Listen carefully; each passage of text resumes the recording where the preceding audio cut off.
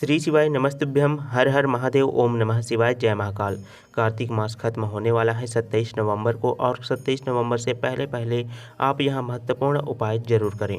कार्तिक मास का महीना सभी महीने में सर्वश्रेष्ठ माना गया है और जितने भी मुख्य त्यौहार होते हैं वह इसी कार्तिक मास में ही आते हैं। जैसे करवा चौथ हो गया, एकादशी, धनतेरस, काली चौदस, दीपावली, भाई दूज, कार्तिक अमावस्या, देव उठनी एकादशी, तुलसी विवाह, देव दीपावली, कार्तिक पूर्णिमा के जितने भी देवों का त्यौहार है वह इसी कार्तिक मास में ही आता है।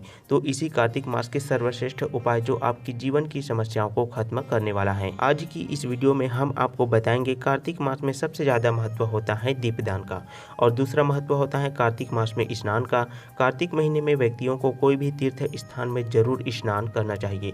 हो सके तो यदि आपके आसपास में कोई पवित्र नदी है, तीर्थ स्थान है, तो आप प्रतिदिन वहाँ पर जाकर के स्नान कर सकते हैं। इससे आपके जो भी ग्रह दोष हैं, शनि दोष हैं, उन सभी से आपको छुटकारा मिलेगा। साथ ही साथ आपकी जीवन की समस्याओं से आपको मुक्ति मिलेगी। कार्तिक महीना 29 अक्टूबर से शुरू हो चुका है और 27 नवंबर यानी कि पूर्णिमा के दिन कार्तिक मास की समाप्ति हो जाएगी। तो कार्तिक मास की समाप्ति के पहले ही आपको यहाँ सुंदर सा उपाय करना है ताकि आपको जीवन भर समस्याओं का सामना न करना पड़े। यदि कोई छोटी मोटी गलती हो गया है आपसे तो उनसे आपको जल्दी से जल्दी छुटकारा मिल जाएगा।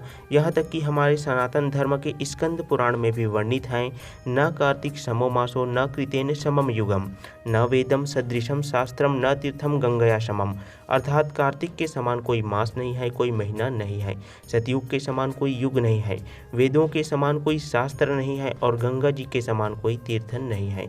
स्कंद पुराण में वर्णित इन शब्दों से पता चलता है कि कार्तिक मास कितना पवित्र और देवों का दिन होता है। तो आज के इस वीडियो के जो 5 उपाय हैं वह परम पूज्य प्रदीप जी मिश्रा गुरु जी के द्वारा ही बताया गया है, जिन्हें मैं आप सभी को अच्छी तरह से समझाने का प्रयास करूंगा ताकि आप उन उपायों को करके अपने जीवन की समस्याओं को दूर कर सकें।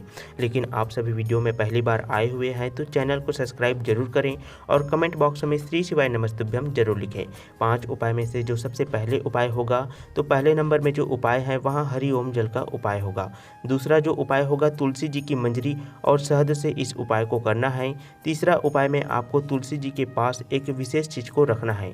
चौथा जो उपाय है वहाँ भगवान विष्णु जी के लिए है। आपको किसी भी भगवान विष्णु जी के मंदिर में जाकर के आपको यहाँ उपाय करना होगा। और 5वां जो उपाय होगा वहाँ होगा कमल गट्टे के विशेष उपाय। देखिए आज के इस वीडियो में हम 5 सुंदर से उपाय के बारे में बात करेंगे। तो अब हम बात करते हैं सबसे पहले उपाय के बारे में, हरि ओम जल का उपाय। इस उपाय को आपको करना है मात्र 1 लोटा जल से। जो भी व्यक्ति हरि ओम जल का उपाय करता है कार्तिक के इस पवित्र महीने में और वह भी सोमवार के दिन, उसके जीवन की जो भी दरिद्रता है, जो भी दुर्भाग्य है, जो भी उसके जीवन में दुविधा आ रही है वह सब दूर हो जाता है। देखो पूज्य गुरुदेव जी ने किस प्रकार से यह उपाय बताया था, तो ध्यान से समझना है आपको।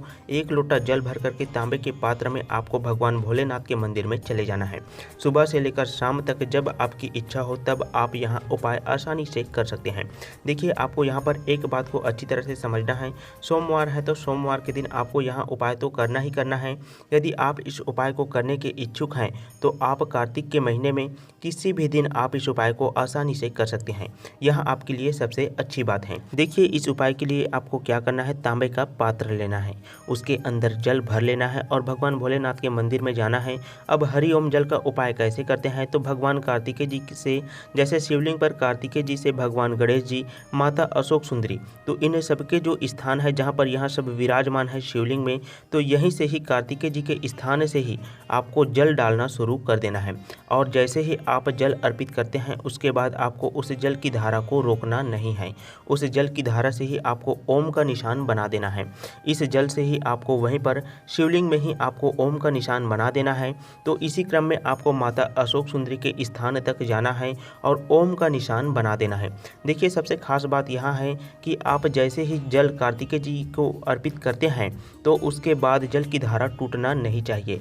कार्तिकेय जी के बाद अशोक सुंदरी के स्थान में जल अर्पित कीजिए, उसके बाद गणेश जी और गणेश जी के बाद फिर से आप अशोक सुंदरी के स्थान में आएंगे। उसके बाद आप सीधा शिवलिंग के ऊपर जल अर्पित कर वहां से समाप्त कर दीजिए। तो यह हो गया हरि ओम जल का उपाय। जो भी व्यक्ति इस उपाय को करता है कार्तिक के महीने में उसका भाग्य चमकता ही चमकता है। यह उपाय जीवन से दुर्भाग्य को दूर करता है। हर घर के हर एक व्यक्ति को हरि ओम जल का उपाय जरूर करना चाहिए। इसके बाद हम बात करते हैं दूसरे उपाय के बारे में। कार्तिक मास में तुलसी जी की पूजन का विशेष महत्व होता है। अगर आप चाहते हैं कि विशेष रूप से भगवान विष्णु का आशीर्वाद आपको मिले, भगवान भोलेनाथ जी का आशीर्वाद आपको मिले, तो आपको यहाँ दूसरा उपाय जरूर ही करना चाहिए। देखिए, भगवान भोलेनाथ जी को हम तुलसी अर्पित नहीं करते हैं, वर्जित माना जाता है। लेकिन इसके लिए आपको तुलसी जी की जो मंजरी होता है, तो सूखा हुआ तुलसी जी की मंजरी आपको लेना है। इस उपाय के लिए सूखी मंजरी से आपके जीवन से जुड़ी आर्थिक संकट हमेशा हमेशा के लिए खत्म हो जाता है। आपके घर में तुलसी जी का पौधा है तो जो मंजरी होता है उसको आप निकाल सकते हैं इस उपाय के लिए। अब आपको इसके साथ में लेना है थोड़ा सा शहद, 1 चम्मच आपको शहद लेना है और साथ में आपको तुलसी जी की मंजरी लेना है। साथ में तांबे के पात्र के अंदर जल लेना है। शास्त्रों में कहा गया है कि यदि आप भगवान शिव जी को तुलसी जी की मंजरी अर्पित कर देते हैं तो उससे आपको धन लाभ मिल जाता है। तो आपको इस उपाय के लिए क्या करना है, सबसे पहले आपको भगवान भोलेनाथ जी के मंदिर में जाना है, शहद के अंदर मंजरी डाल देना है। अब इस शहद और मंजरी को आपको भगवान शिव जी के शिवलिंग पर अर्पित कर देना है, वो भी श्री शिवाय नमस्तुभ्यम का जाप करते हुए। जो भी व्यक्ति इस उपाय को करता है, इस तरह से शहद और मंजरी को शिवलिंग पर अर्पित कर देता है, उसके जीवन से जुड़ी हुई हर प्रकार की धन संबंधित परेशानी हमेशा हमेशा के लिए खत्म हो जाती है। इसके बाद आपको 1 लोटा जल अपने घर से जो लाए हुए हैं उसको भगवान शिव जी के ऊपर आपको श्री शिवाय नमस्तुभ्यम का जाप करते हुए अर्पित कर देना है। इससे आपकी आर्थिक समस्या जल्द से जल्द खत्म हो जाएगा। तो इस तरह से आपको यहाँ दूसरा उपाय जो है वो कर देना है। अब हम बात करते हैं तीसरे विशेष उपाय के बारे में। कार्तिक महीना बहुत ही पवित्र महीना है। तुलसी विवाह भी इसी महीने में, कार्तिक के पवित्र महीने में होता है। अगर आपके घर में जो भी तुलसी जी का स्थान है, माता जी का स्थान है, अगर वहाँ सुनी है, सुनी यानी कि आप कार्तिक के महीने में करवा चौथ का व्रत रखते हैं, तुलसी विवाह करते हैं, देव उठनी एकादशी रहते हैं, धनतेरस, दीपावली बहुत ही धूमधाम से आप मनाते हैं। लेकिन यह कार्तिक का पूरा महीना भगवान विष्णु जी को समर्पित होता है और भगवान विष्णु जी को प्रिय होता है तुलसी जी। तो आपको क्या करना है इस उपाय के लिए, तो आपको आप ही के घर में आपको तुलसी जी को लाल रंग की चुनरी ओढ़ा करके रख देना है। जो भी व्यक्ति लाल रंग की चुनरी माता तुलसी जी को अर्पित करता है और कार्तिक के पवित्र महीने में ही लाल रंग की चुनरी माता तुलसी जी को अर्पित कर देता है, तो उसके घर से क्लेश, लड़ाई झगड़ा हमेशा हमेशा के लिए दूर हो जाता है। उनके घर में यदि कभी भी लड़ाई झगड़ा होते हैं तो माता तुलसी जी की कृपा से वहाँ लड़ाई झगड़ा तुरंत ही शांत हो जाता है और स्वभाव में भी सभी की मधुरता बना रहता है। तो यहाँ हो गया तीसरा उपाय। अब हम बात करते हैं चौथे महा उपाय के बारे में। अभी कार्तिक का पवित्र महीना चल रहा है और यहाँ पूर्णिमा तिथि 27 नवंबर को समाप्त हो जाएगा।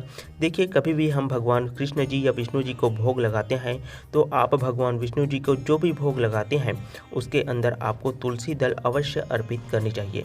अब यहाँ पर आपको एक बात अच्छी तरह से समझना चाहिए, आपके घर के आसपास में जो भी भगवान विष्णु जी के अवतारों का मंदिर है या भगवान विष्णु जी का मंदिर है, वहाँ पर जाकर के आपको तुलसी दल अर्पित करना है और अपने घर से ही तुलसी दल लेकर के जाना है। और आपके घर के आसपास में जो भी भगवान विष्णु जी या कृष्ण जी का मंदिर है वहाँ पर आपको तुलसी दल को अर्पित कर देना है। जो भी व्यक्ति कार्तिक के महीने में भगवान विष्णु जी को तुलसी दल अर्पित करता है, भगवान विष्णु जी उसे अत्यंत प्रसन्न हो जाते हैं और उनको सुख समृद्धि आशीर्वाद प्रदान करते हैं। जीवन में आ रही सारी समस्याएं उनके जीवन से दूर हो जाती हैं। तो इस उपाय को आपको कार्तिक के महीने में ही कभी भी आप इस उपाय को कर सकते हैं, बस कार्तिक का महीना होना चाहिए। तो यहाँ हो गया चौथा उपाय। अब हम बात करते हैं पांचवें महा उपाय के बारे में, जो कि सबसे आखिरी उपाय है।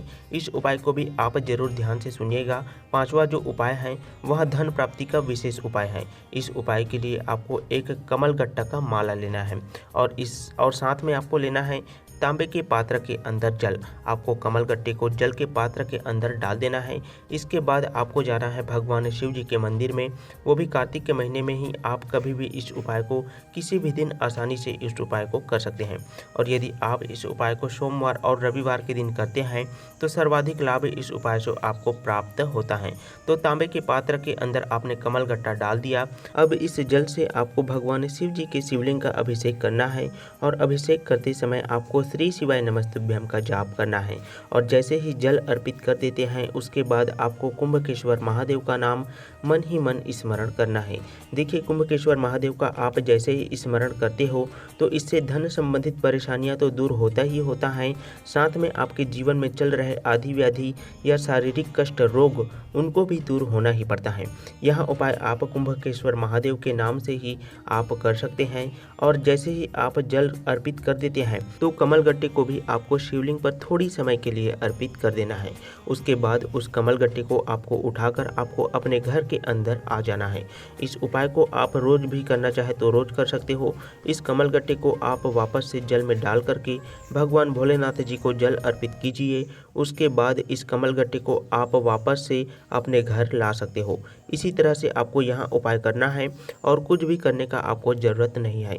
यदि आप इस उपाय को कुछ विशेष दिन कर रहे हैं जैसे कि सोमवार हो गया, शुक्रवार हो गया, तो आप सोमवार और शुक्रवार को भी आप यहाँ उपाय आसानी से कर सकते हैं। साथ ही इस कमलगट्टे को भी आप अपने धन रखने वाले स्थान पर, किसी भी शुभ स्थान पर जिसका आप बढ़ोतरी करना चाहते हैं उस स्थान पर भी आप इस कमलगट्टे को रख सकते हैं।